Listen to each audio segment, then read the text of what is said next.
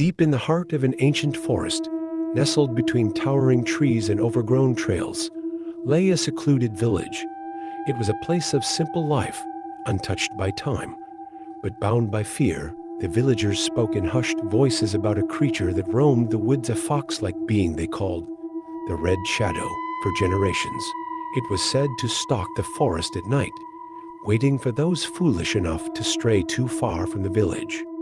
The stories were old, passed from parent to child like dark secrets, and though they once carried weight, they had now been reduced to mere legends, but legends have a way of creeping back into reality.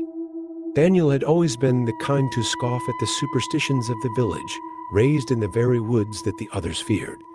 He had never seen anything out of the ordinary. He was a hunter, someone who knew the forest intimately, the rustle of leaves, the subtle shift of the wind, the quiet calls of hidden creatures. To Daniel, the Red Shadow was nothing more than a tale spun to keep children indoors after dark. It was the end of October, and winter's icy breath had already begun to seep into the air. Daniel was on his way back from a day's hunt, his bag filled with game. The sun was setting faster than expected, and soon the woods were bathed in the cold glow of twilight. The path home was familiar to him, but the night had a way of making even the most known places feel strange. The first sound came from behind him, a faint rustle in the underbrush. He turned quickly, his eyes scanning the darkening forest, but saw nothing, dismissing it as a rabbit or perhaps a stray bird. He pressed on, but the sound returned, closer this time. His pace quickened, his senses sharpening, but the sound remained steady, like footsteps. It wasn't long before Daniel realized he wasn't alone. The forest, usually filled with the soft chirps of insects and the creaks of trees, had fallen completely silent. The air was heavy, still. He could feel the presence of something watching him, tracking his every move. His heartbeat quickened as the footsteps grew closer, more deliberate, more predatory. He stopped abruptly, his hand reaching for the bough slung across his back. Slowly, he turned around, his breath coming in shallow bursts, and there, in the dim light of the rising moon, he saw them, two glowing red eyes peering out from the shadows, low to the ground, and fixed on him with an unblinking gaze. It was a fox, but not like any fox Daniel had ever encountered.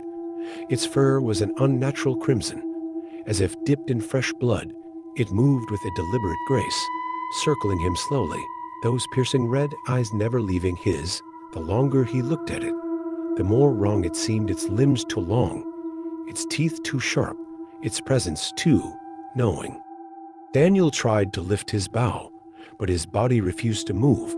The fox let out a low growl, a sound that seemed to reverberate through the very trees around him, freezing him in place for what felt like an eternity. They stood locked in a silent standoff, the world around them eerily still. Then, as suddenly as it appeared, the fox turned and slipped into the shadows. Daniel, shaken but still disbelieving, forced himself to run. His feet pounded against the forest floor, his breath ragged in his chest as he fled toward the village, eager to leave the nightmare behind. But when he arrived, something was terribly wrong. The village, usually filled with the sounds of life, of children playing, of doors creaking, of the crackling of hearth fires, was silent. The streets were empty, the windows dark, doors hung open, swaying gently in the wind, but there was no sign of anyone. Daniel's heart raced as he called out, his voice echoing in the emptiness. He sprinted to his home, only to find it just as deserted as the rest of the village. Inside, the hearth was cold, and the air was thick with an unsettling stillness. But there, on the floor by the fireplace, was something that made his blood run cold. Small, bloody paw prints, fox prints. Desperation gripped him. He rushed from house to house, searching for anyone, but all he found were more of those same prints, leading out of homes and into the forest. It was then that the full weight of the stories he had once dismissed came crashing down on him. The Red Shadow had come to the village, just as the old tales had warned. Gathering his bow and what little courage he had left, Daniel ventured back into the woods.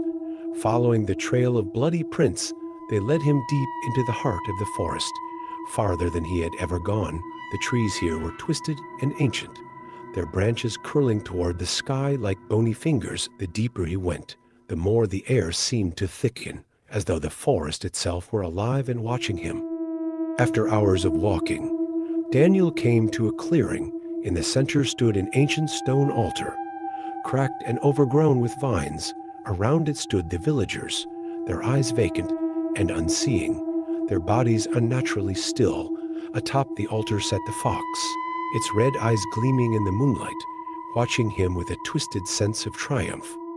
Daniel's hands trembled as he drew an arrow, his heart pounding in his chest. But before he could take aim, the fox let out a deep, resonating growl. As if commanded, the villagers began to move. Turning their empty gazes toward Daniel, they walked slowly, their movements stiff and unnatural, like puppets on invisible strings. Panic surged through him. As the villagers closed in, they were no longer the people he had known. Their souls had been taken, hollowed out by the red shadow, leaving only empty shells behind. The fox's eyes burned brighter, casting an eerie glow across the clearing. Daniel's legs felt as though they were being pulled into the ground, the earth tightening its grip around him. And from that night on, the village remained silent. The doors of the homes swung open, untouched by time, and the red shadows still prowled the woods, waiting for the next soul to claim.